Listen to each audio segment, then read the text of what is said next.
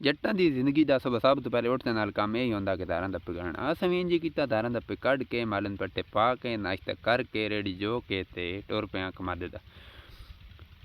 तुसीं जेह्ड़े मेरे नाल वेख रहे हो, ये हन मेरे वड्डे भाई जो कि ज़्यादातर डेरे ते ही होंदे न। ते असीं टुर पिया कमाद लैने वास्ते।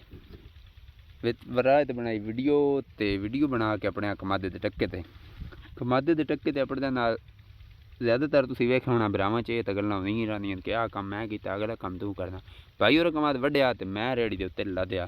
लद के मैं उत्थों वेखिया नाल लेबर भी साडी लगी हुई आई कमाद बन्नने वास्ते। ते मैं उत्ते बन्नेआ गन्ना बन्न के चूप के डेरे ते अपने ते वेखिया सूरज होरी भी चढ़ गए हैं।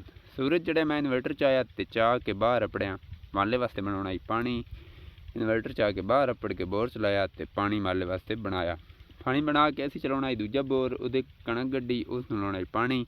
दो पाई त्रीजी चौथी दैड दी चढ़ी कोई नहीं।